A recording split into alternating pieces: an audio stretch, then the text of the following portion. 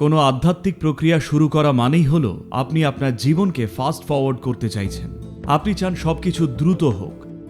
মুক্তির জন্য অনেক জন্ম অপেক্ষা করতে আপনি রাজি নন। আপনি চান সেটা এখন এই জন্মেই ঘটুক।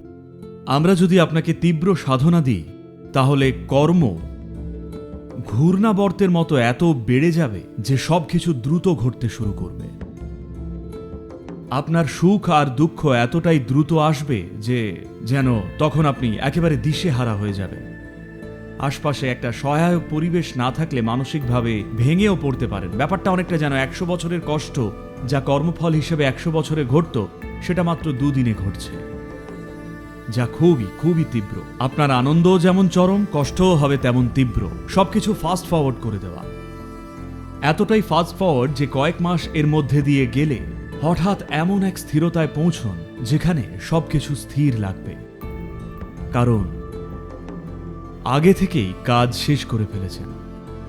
10 বছর পর যেটা হওয়ার কথা সেটা এখনই শেষ করে ফেলেছেন। এই স্থিরতাটা আনলে তবে গিয়ে খাঁটি সাধনা করার অবকাশ তৈরি হয়। একমাত্র কেউ এই স্থিরতা আনলেই তার ভেতরে সাধনা করার সঠিক পরিবেশটা তৈরি হয়, কারণ তখন কিছুই আর তাকে বিচলিত করে না। সে মন স্থির রেখে নিজের জন্য কাজ করে যেতে পারে।